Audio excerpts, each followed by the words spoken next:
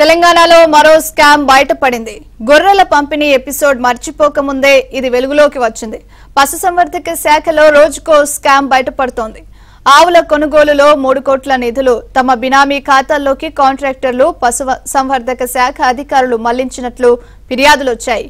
ఆవుల కొనుగోలుకు గత ప్రభుత్వం 8.5 కోట్లు విడుదల చేసింది.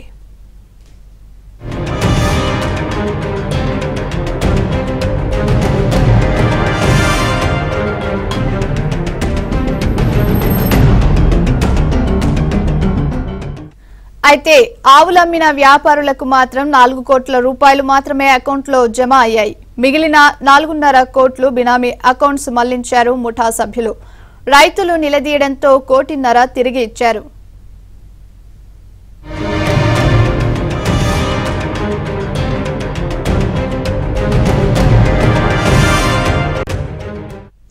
తమకు ఇంకా 3 కోట్ల రూపాయలు పశుసంవర్ధక శాఖ నుంచి రావాలంటూ ఏసీబీకి ఫిర్యాదు చేశారు పుంగనూరు ఆవుల రైతులు.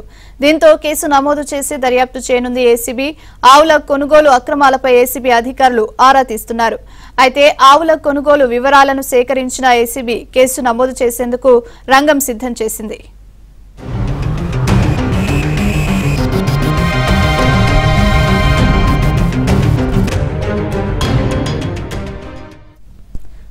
ఇక మరింత సమాచారాన్ని మా క్రైమ్ కరెస్పాండెంట్ ప్రవీణ్ అందిస్తారు. ప్రవీణ్, గొర్రెల పంపిణీ స్కామ్ విచారణ కొనసాగుతున్నటువంటి నేపథ్యంలో ఇప్పుడు మరొక ఆవులు పంపిణీకి సంబంధించినటువంటి స్కామ్ వెలుగు చూసింది. విచారణ దశలో ఉన్నటువంటి సమయంలో ఆవులు పంపిణీకి సంబంధించి ఏపీ నుంచి రైతుల నుంచి ఇక్కడికి తీసుకొచ్చిన తర్వాత వాళ్ళకి చెల్లించాల్సినటువంటి నగదును బినామీ అకౌంట్లకు తరలించారనేటువంటి అంశాన్ని అయితే మాత్రం ప్రస్తుతం ఏసీబీ గుర్తించింది. ఒకవైపు గొర్రెల స్కామ్, మరోవైపు ఆవుల పంపిణీ స్కామ్ పైన 2 కేసులు కూడా నమోదు చేసి ఇన్వెస్టిగేషన్ అయితే కొనసాగిస్తున్నారు. తెలంగాణలో ఉన్నటువంటి ఒక రాజకీయ నేత ఈ దాదాపు 3 కోట్ల రూపాయల వరకు కూడా బినామీ అకౌంట్లకు వీటిని తరలించారనేటువంటి అంశాన్ని అయితే మాత్రం ప్రస్తుతం ఏసీబీ గుర్తించింది.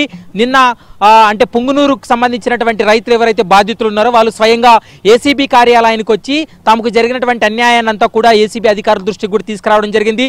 దీంతో రైతులు ఇచ్చినటువంటి పుంగనూరు రైతులు ఇచ్చినటువంటి సమాచారంతో వారు ఇచ్చినటువంటి ఆధారాలను బేస్ చేసుకుని ప్రస్తుతం ఏసీబీ అధికారులు దర్యాప్తు కొనసాగిస్తున్నారు. గతంలో 2022 సంవత్సరంలో దాదాపు 8 కోట్ల రూపాయల వరకు కూడా విడుదల చేసింది రాష్ట్ర ప్రభుత్వం. ఇందులో 4 కోట్ల రూపాయలు మాత్రమే రైతులకు చేరింది. మిగిలినటువంటి 3 కోట్ల రూపాయలు బినామీ అకౌంట్లకు చేరే, మరొక 1 కోటి రూపాయలకు సంబంధించి ఇంకా క్లారిటీ రావాల్సినటువంటి అవసరం ఉంటుంది.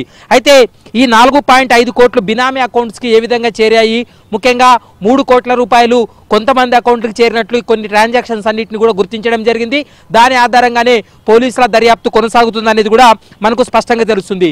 ఇక పుంగనూరులో ఉన్నటువంటి రైతుల ద్వారా ఈ ఆవులను తీసుకొని వాటిని తెలంగాణకి అమ్మకం చేసినటువంటి సమయంలో రైతుల నుంచి తీసుకున్నటువంటి మధ్యవర్తులు ఎవరైతే ఉన్నారో వారు ఇప్పుడు కన్నీళ్లు పెట్టుకుంటున్నారు. తెలంగాణలో ఉన్నటువంటి ముఠా ఈ మోసానికి పాల్పడడంతో వాళ్ళ ఇంట్లో కూడా ఉండుకోకుండా బయట వేరే ప్రదేశాల్లో తలదాచుకున్నటువంటి పరిస్థితి ఏర్పడిందంటూ కూడా స్వయంగా ఏసీబీ అధికారుల ముందు కన్నీరు పెట్టుకున్నటువంటి సందర్భం కూడా కనపడుతుంది.